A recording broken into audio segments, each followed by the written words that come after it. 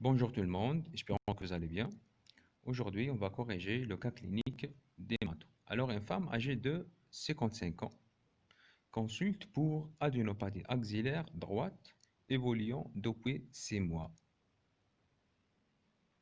L'examen clinique retrouve des adénopathies jugulo-carotidiennes bilatérales de 2 à 3 cm de diamètre, ça veut dire la région cervicale, le cou. Et Quintani, la région axillaire droite de 4 cm وكاين تاني في la région axillaire gauche de 2 cm et aussi في la région inguinale de 3 cm. Bon هو هنا قال لك la patiente consulte pour une adénopathie axillaire droite parce que هذه هي الكبيره فيهم برك على هذيك la patiente فقط لهذه و les autres ما شفتهمش même pas. Très bien, نكملوا قال لك il n'y a pas d'hépatosplenomégalie ni syndrome hémorragique ni syndrome infectieux. Il n'y a que des adénopathies. L'hémogramme retrouve l'hémoglobine 12 grammes par décilitre, les globules blancs 50 000, les plaquettes 120 000 et les lymphocytes 70%. Alors, la première question, interpréter cet hémogramme. Alors, on a l'hémoglobine 12 grammes par décilitre. On a l'hémoglobine chez la femme non enceinte qui est moins de 12 grammes. Il s'agit d'une anémie. On a la limite inférieure, normale. Alors, ce n'est pas une anémie. Pour les blancs, 50 000, qui les blancs entre 4 000 et 10 000. Alors, on a dépassé les 10 000. Alors, il s'agit d'une hyperleucocytose.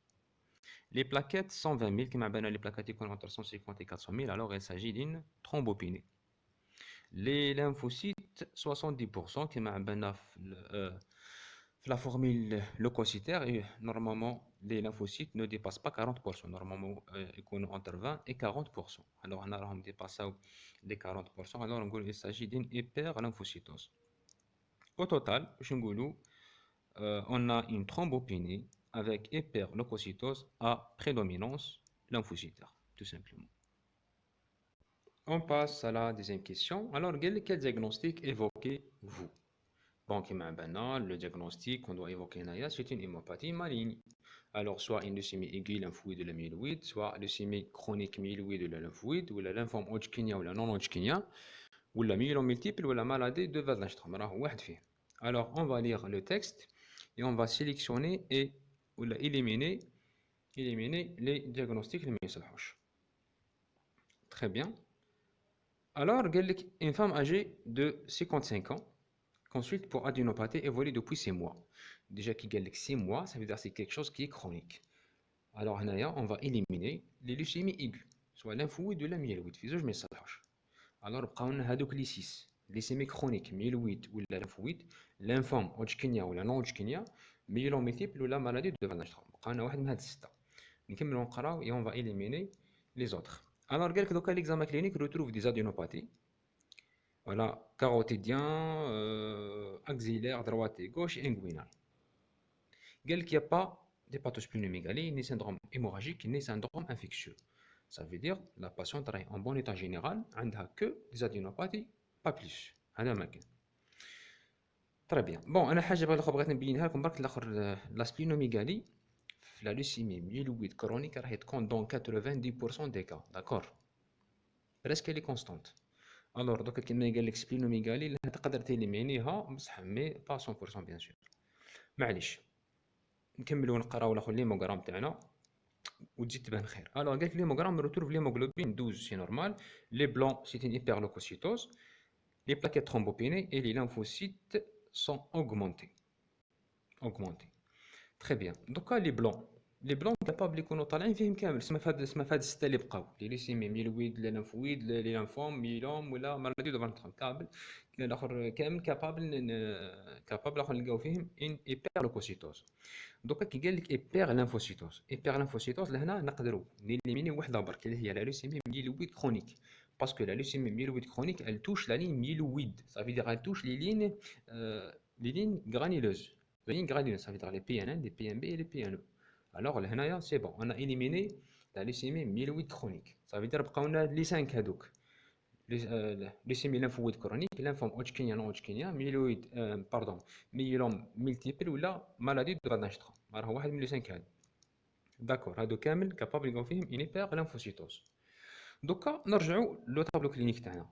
لو طابلو كلينيك قلنا سي ان باسيونت اون بون ايتا جينيرال يا كو دي زادينوباتي. بون في لي طابلو تاع الميلون ملتيبل ولا مالادي دو فالداشترام جينيرالمون عندهم دي سيني تاعهم تاع جو سي با تاع يقول لك دي سيني اوسوز ايتترا ليسونسيال دي سين تاع لو ميلون ملتيبل. الور لو طابلو كلينيك هذا نيفوك با لا ميلون ملتيبل اي لا مالادي دو فالداشترام. دوكا بقاونا 3 سواء لوسيمي لانفويد كرونيك ولا ليمفوم هودجكينيا ولا نون هودجكين. هادو كامل فيهم لي لينفوسيت يكونوا طالعين. دوكا كاين فوالا لو كريتير اللي راح نبازيو عليه ويعطيونا دياغنوستيك اللي هو لي بلاكات لا ترومبوبيني. في لي لانفوم يا خاوتي يكون عندك ان ترومبوسيتوز لي بلاكات سون تيلفي.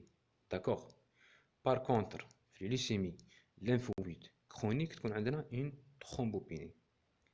D'accord. Alors, le diagnostic qu'on doit évoquer, c'est la leucémie lymphoïde chronique. شفتوا كل حاجة عندها معنى. Très bien. On passe à la troisième question. Quel examen pratiquerez-vous pour confirmer le diagnostic? هذه راح تجي بزاف في كيسيام ومام في لي كا كلينيك. قال quel est l'examen pratiquerez-vous pour confirmer le diagnostic? كيما عم بالكم la leucémie lymphoïde chronique, c'est la seule hémopathie maligne اللي فيها هادو كما نقولوا اسمها هادو الاخرين اللي سميناهم هاد 8 ولا 6 ولا شحال في 8 هي لا سول اللي نقدروا نبوزيو لو دياغنوستيك تاعها ابارتير من ان بريليفمون سونغان صافي ابارتير من لو سون بيريفيريك. بار كونتر لي زوتر كامل لازم دير سوا ان ميلوغرام ولا دير ان بيوبسي اكزيراز غونغليونير. داكوغ. Alors, le diagnostic,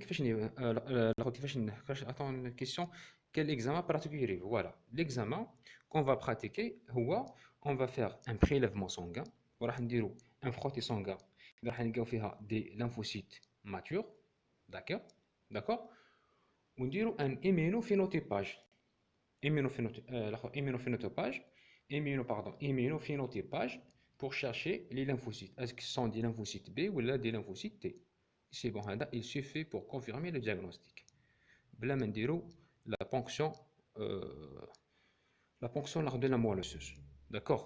Je vous dis c'est la seule hémopathie qui peut reposer le diagnostic à partir du sang périphérique. Très bien. Il faut en tout cas la question suivante.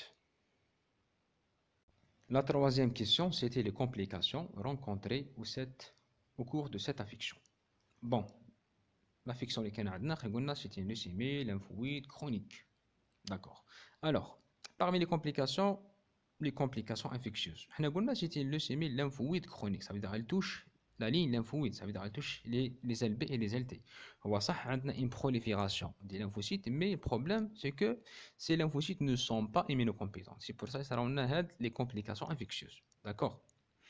La deuxième complication, l'insuffisance médulaire. L'insuffisance médulaire qui va donner des hémorragies et des infections. Des hémorragies, c'est à cause de la diminution des plaquettes et les infections à cause de la diminution des leucocytes. Aussi, parmi les complications, l'auto-immunité. L'auto-immunité, les LB vont synthétiser des anticorps qui vont attaquer les globules rouges et les plaquettes. C'est pour ça qu'on a des anémies hémolytiques auto-immunes et du thrombopénie auto-immune. D'accord. Parmi les complications, il y a des complications cancéreuses. Ça veut dire ce qu'on appelle le syndrome de Richter. Alors, c'est une transformation de la leucémie lymphoïde chronique en lymphome non hodgkinien. D'accord. Et qui fait qu'on évoque le diagnostic, qui a une grosse adénopathie asymétrique, des grosses adénopathies asymétriques et surtout l'altération de l'état général et la fièvre. D'accord. La fièvre, في le tableau تاع la leucémie lymphoïde chronique, généralement يقول لك un patient en bon état général. بصح في الليمفوم généralement يقول لك il y a des signes généraux. Très bien, Tani, parmi les complications, une augmentation des risques des cancers, les cancers cutanés, les cancers, les adénocarcinomes pulmonaires, les cancers digestifs, etc. L'essentiel, c'est les complications de leucémie lymphoïde chronique. La question suivante, quelle est la classification utilisée pour classer cette infection et comment sera votre patiente? Alors, la classification qu'on va utiliser, c'est la classification de Binet. C'est une classification pronostique de la leucémie lymphoïde chronique et associée la survie à chaque stade, d'accord, et la thérapeutique. Très bien. Alors, on a le stade A, le stade B et le stade C. Le stade A, moins de 3 aires ganglionnaires palpables. Le stade B, plus ou égal 3 aires ganglionnaires. Et stade C, indifférente. Ça veut dire on ne sait pas. Pour le stade A et B, l'hémogramme, on va trouver l'hémoglobine plus de 10 grammes et les plaquettes plus de 100 000. Par contre, pour le stade C, l'hémoglobine, l'axe moins de 10 grammes et moins de 100 000 les plaquettes. D'accord? La survie, disons 5 ans et 2 à 4 ans et le traitement, donc je vous. Très bien. Alors, la question, quelle est la classification utilisée? C'est bon, comment sera classée votre patiente? عندنا أول حاجة نهزوها قلنا les aires ganglionnaires ونشوفوا l'hémoglobine et les plaquettes. نعاودوا نرجعوا ونحسبوها مع بعضنا.